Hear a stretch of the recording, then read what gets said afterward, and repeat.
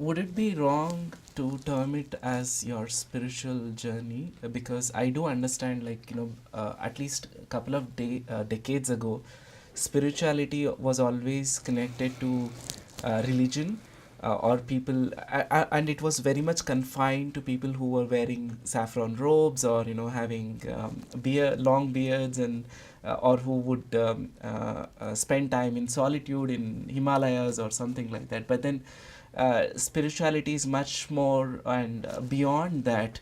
So how would you identify this journey of yours with spirituality? Absolutely. What a beautiful question, Aditya. I think the reason why I do not want to use the term spirituality is exactly why you said, because it's been contextualized, it has been taken out of context, and therefore,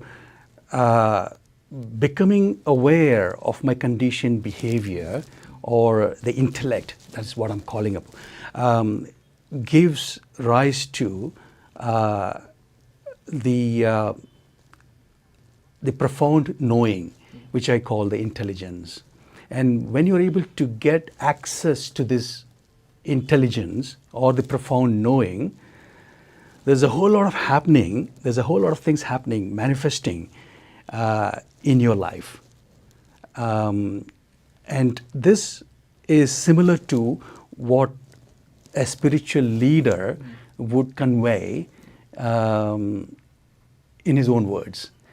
And therefore, when I was actually, I don't want to use the term practice, but as I was going through this realization, I felt a lot of energy within me, because I guess, the energy that was drained because of the intellect overpowering me is no more there. And there was a lot of energy, and there was a lot of creativity, and there was everything that I was doing. For example, like, I might have a huge challenge with my business, for example.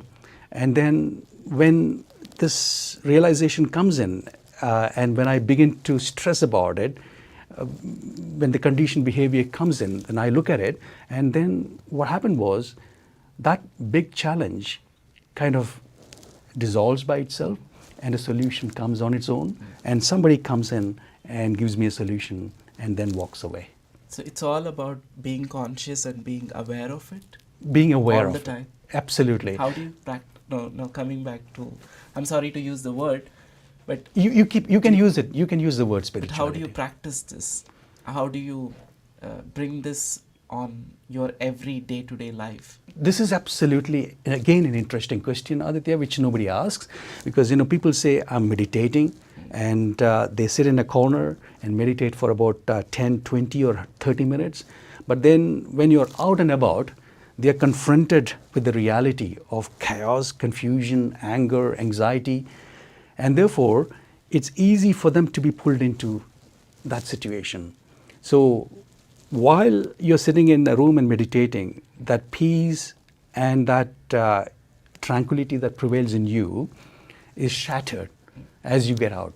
So my challenge was, fine, there's nothing wrong with that, but how do you take this peace and presence, what I call the presence and the awareness of this intellect affecting you, or playing through you? How do you take it into the wider world as you're actually out in the supermarket shopping, as you're actually talking to your friend, or you're actually traveling in a bus? And this is what I've been practicing. Okay. Even now. Okay. I'm not saying that I've actually completely become aware of it. This is a work in progress until my last breath.